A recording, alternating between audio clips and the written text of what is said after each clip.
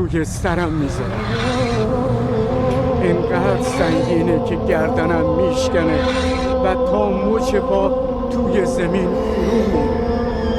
بعد روی سینی آهن جوشان میریزن که دردم سینی رو سوراخ میکنه.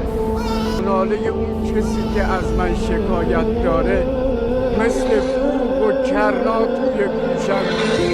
چه عمل سعیه یکی از تو سر زده به خاطر داوری نابجا. حواس پرتی داری پولتون را گمش کرده. من حواسم نیست و حواست هست. به جای 7 تا 6 تا دادی. پدر محترم آقای عزیز، من 7 تا سکه به شما دادم. اما تو 6 تا دادی حواست نیست. شما یه سکه به ایشون بده.